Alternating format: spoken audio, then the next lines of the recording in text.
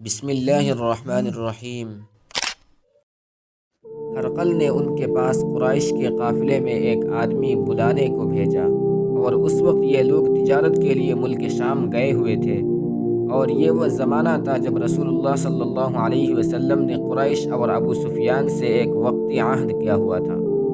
جب ابو سفیان اور دوسرے لوگ ہرقل کے پاس ایلیا پہنچے، جہاں ہرقل نے دربار طلب کیا تھا، اس کے گرد روم کے بڑے بڑے لوگ، علماء و وزراء، امراء بیٹھے ہوئے تھے۔ ہرقل نے ان کو اور اپنے ترجمان کو بلوایا، پھر ان سے پوچھا کہ تم میں سے کون شخص مدعی رسالت کا زیادہ قریبی عزیز ہے؟ ابو سفیان کہتے ہیں کہ میں بول اٹھا کہ میں اس کا سب سے زیادہ قریبی رشتہ دار ہوں۔ یہ سن کر ہرقل نے حکم دیا کہ اس کو میرے قریب لا کر بٹھاؤ اور اس کے ساتھیوں کو اس کی پیٹھ کے پیچھے بٹھا دو۔ پھر اپنے ترجمان سے کہا کہ ان لوگوں سے کہہ دو کہ ابو سفیان سے اس شخص کے یعنی محمد صلی اللہ علیہ وسلم کے حالات پوچھتا ہوں، اگر یہ مجھ سے کسی بات میں جھوٹ بول دے تو تم اس کا جھوٹ ظاہر کر دینا۔ ابو سفیان کا قول ہے کہ خدا کی قسم، اگر مجھے یہ غیرت نہ آتی کہ یہ لوگ مجھ کو جھٹلائیں گے تو میں آپ صلی اللہ علیہ وسلم کی نسبت ضرور غلط گوئی سے کام لیتا۔ خیر، پہلی بات جو ہرقل نے مجھ سے پوچھی وہ یہ ہے کہ اس شخص کا خاندان تم لوگوں میں کیسا ہے؟ میں نے کہا وہ تو بڑے اونچے عالی نسب والے ہیں۔ کہنے لگا اس سے پہلے بھی کسی نے تم لوگوں میں ایسی بات کہی تھی؟ میں نے کہا نہیں۔ کہنے لگا اچھا، اس کے بڑوں میں کوئی بادشاہ ہوا ہے؟ میں نے کہا نہیں۔ پھر اس نے کہا بڑے لوگوں نے اس کی پیروی اختیار کی ہے یا کمزوروں نے؟ میں نے کہا نہیں، کمزوروں نے۔ پھر کہنے لگا اس کے تابعدار روز بڑھتے جاتے ہیں یا کوئی ساتھی پھر بھی جاتا ہے؟ میں نے کہا نہیں۔ کہنے لگا کیا اپنے اس دعویٰ نبوت سے پہلے کبھی کسی بھی موقع پر اس نے جھوٹ بولا ہے؟ میں نے کہا نہیں۔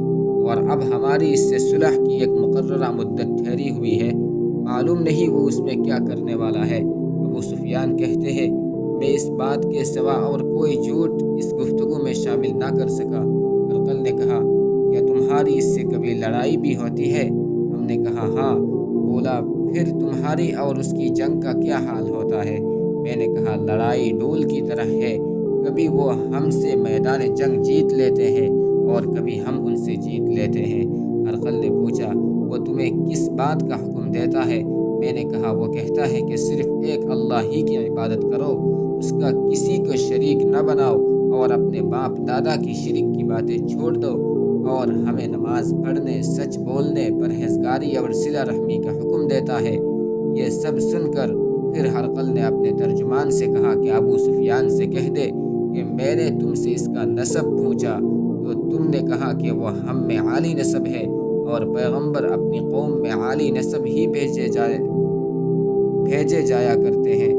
میں نے تم سے پوچھا کہ دعویٰ نبوت کی یہ بات تمہارے اندر اس سے پہلے کسی اور نے بھی کہی تھی؟ تو تم نے جواب دیا کہ نہیں۔ تب میں نے اپنے دل میں کہا کہ اگر یہ بات اس سے پہلے کسی نے کہی ہوتی تو میں سمجھتا کہ اس شخص نے بھی اسی بات کی تقلید کی ہے جو پہلے کہی جا چکی ہے۔ میں نے تم سے پوچھا کہ اس کے بڑوں میں کوئی بادشاہ بھی گزرا ہے؟ تم نے کہا کہ نہیں۔ تو میں نے دل میں کہا کہ ان کے بزرگوں میں سے کوئی بادشاہ ہوا ہوگا تو کہہ دوں گا کہ وہ شخص اس بہانے اپنے آبا و اجداد کی بادشاہت اور ان کا ملک دوبارہ حاصل کرنا چاہتا ہے۔ اور میں نے تم سے پوچھا کہ اس بات کے کہنے یعنی پیغمبری کا دعویٰ کرنے سے پہلے تم نے کبھی اس کو دروغ گوئی کا الزام لگایا ہے؟ تم نے کہا کہ نہیں۔ تو میں نے سمجھ لیا کہ جو شخص آدمیوں کے ساتھ دروغ گوئی سے بچے وہ اللہ کے بارے میں کیسے جھوٹی بات کہہ سکتا ہے۔ اور میں نے تم سے پوچھا کہ بڑے لوگ اس کے پیرو ہوتے ہیں یا کمزور آدمی؟ تم نے کہا کمزوروں نے اس کی اتباع کی ہے۔ تو دراصل یہی لوگ پیغمبروں کے متبعین ہوتے ہیں۔ اور میں نے تم سے پوچھا کہ اس کے ساتھی بڑھ رہے ہیں یا کم ہو رہے ہیں؟ تم نے کہا کہ وہ بڑھ رہے ہیں، اور ایمان کی کیفیت یہی ہوتی ہے حتیٰ کہ وہ کامل ہو جاتا ہے۔ اور میں نے تم سے پوچھا کہ آیا کوئی شخص اس کے دین سے ناخوش ہو کر مرتد بھی ہو جاتا ہے؟ تم نے کہا نہیں۔ تو ایمان کی خاصیت بھی یہی ہے، جن کے دلوں میں اس کی مسرت رچ بس جائے وہ اس سے لوٹا نہیں کرتے۔ اور میں نے تم سے پوچھا کہ آیا وہ کبھی عہد شکنی کرتے ہیں؟ تم نے کہا نہیں، پیغمبروں کا یہی حال ہوتا ہے، وہ عہد کی خلاف ورزی نہیں کرتے۔ اور میں نے تم سے کہا کہ وہ تم سے کس چیز کے لیے کہتے ہیں؟ تم نے کہا کہ وہ ہمیں حکم دیتے ہیں کہ اللہ کی عبادت کرو، اس کے ساتھ کسی کو شریک نہ ٹھہراؤ، اور تمہیں بتوں کی پرستش سے روکتے ہیں، سچ بولنے اور پرہیزگاری کا حکم دیتے ہیں۔ لہٰذا اگر یہ باتیں جو تم کہہ رہے ہو سچ ہے تو عن قریب وہ اس جگہ کا مالک ہو جائے گا کہ جہاں میرے یہ دونوں پاؤں ہیں۔ مجھے معلوم تھا کہ وہ پیغمبر آنے والا ہے، مگر مجھے یہ معلوم نہیں تھا کہ وہ تمہارے اندر ہوگا۔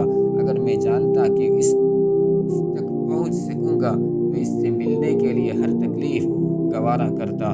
اگر میں اس کے پاس ہوتا تو اس کے پاؤں دھوتا۔ ہرقل نے رسول اللہ صلی اللہ علیہ وسلم کا وہ خط منگایا جو آپ وحیہ کلبی رضی اللہ عنہ کے ذریعے حاکم بصرہ کے پاس بھیجا تھا، اور اس نے وہ ہرقل کے پاس بھیج دیا تھا۔ پھر اس کو پڑھا تو اس میں لکھا تھا، اللہ کے نام کے ساتھ جو نہایت مہربان اور رحم والا ہے۔ اللہ کے بندے اور اس کے پیغمبر محمد صلی اللہ علیہ وسلم کی طرف سے یہ خط ہے شاہ روم کے لیے۔ اس شخص پر سلام ہو جو ہدایت کی پیروی کرے۔ اس کے بعد میں آپ کے سامنے دعوت اسلام پیش کرتا ہوں۔ اگر آپ اسلام لے آئیں گے تو دین و دنیا میں سلامتی نصیب ہوگی، اللہ آپ کو دوہرا ثواب دے گا، اور اگر آپ میری دعوت سے روگردانی کریں گے تو آپ کی رعایا کا گناہ بھی آپ ہی پر ہوگا۔ اور اے اہل کتاب، ایک ایسی بات پر آ جاؤ جو ہمارے اور تمہارے درمیان یکساں ہے، وہ یہ ہے کہ ہم اللہ کے سوا کسی کی عبادت نہ کریں اور کسی کو اس کا شریک نہ ٹھہرائے، اور نہ ہم میں سے کوئی کسی کو خدا کے سوا اپنا رب بنائے۔ پھر اگر وہ اہل کتاب اس بات سے منہ پھیر لے تو مسلمانوں، تم ان سے کہہ دو کہ تم مانو یا نہ مانو، ہم تو ایک خدا کے اطاعت گزار ہیں۔ ابو سفیان کہتے ہیں، جب ہرقل نے جو کچھ کہنا تھا کہہ دیا اور خط پڑھ کر فارغ ہوا تو اس کے ارد گرد بہت شور و غوغا ہوا، بہت سی آوازیں اٹھی اور ہمیں باہر نکال دیا گیا۔ تب میں نے اپنے ساتھیوں سے کہا کہ ابو کبشہ کے بیٹے حضرت صلی اللہ علیہ وسلم کا معاملہ تو بہت بڑھ گیا، دیکھو تو اس سے بنی اصفر کا بادشاہ بھی ڈرتا ہے۔ مجھے اس وقت سے اس بات کا یقین ہو گیا کہ حضور صلی اللہ علیہ وسلم عن قریب غالب ہو کر رہیں گے، حتیٰ کہ اللہ نے مجھے مسلمان کر دیا۔ راوی کا بیان ہے کہ ابن ناطور ایلیا کا حاکم ہرقل کا مصاحب اور شام کے نصارہ کا لاٹ پادری بیان کرتا تھا کہ ہرقل جب ایلیا آیا ایک دن صبح کو پریشان اٹھا تو اس کے درباریوں نے دریافت کیا کہ آج ہم آپ کی حالت بدلی ہوئی پاتے ہیں، کیا وجہ ہے؟ ابن ناطور کا بیان ہے کہ ہرقل نجومی تھا، علم نجوم میں وہ پوری مہارت رکھتا تھا۔ اس نے اپنے ہم نشینوں کو بتایا کہ میں نے آج رات ستاروں پر نظر ڈالی تو دیکھا کہ ختنہ کرنے والوں کا بادشاہ ہمارے ملک پر غالب آ گیا ہے۔ بھلا اس زمانے میں کون لوگ ختنہ کرتے ہیں؟ انہوں نے کہا کہ یہود کے سوا کوئی ختنہ نہیں کرتا، سو ان کی وجہ سے پریشان نہ ہو۔ سلطنت کے تمام شہروں میں یہ حکم لکھ بھیجیے کہ وہاں جتنے یہودی ہو سب قتل کر دیے جائے۔ وہ لوگ انہی باتوں میں مشغول تھے کہ ہرقل کے پاس ایک آدمی لایا گیا جسے شاہ غسان نے بھیجا تھا۔ اس نے رسول اللہ صلی اللہ علیہ وسلم کے حالات بیان کیے۔ جب ہرقل نے سارے حالات سن لیے تو کہا کہ جا کر دیکھو وہ ختنہ کیے ہوئے ہے یا نہیں۔ انہوں نے اسے دیکھا تو بتلایا کہ وہ ختنہ کیا ہوا ہے۔ ہرقل نے جب اس شخص سے عرب کے بارے میں پوچھا تو اس نے بتلایا کہ وہ ختنہ کرتے ہیں۔ تب ہرقل نے کہا کہ یہی محمد صلی اللہ علیہ وسلم اس امت کے بادشاہ ہے جو پیدا ہو چکے ہیں۔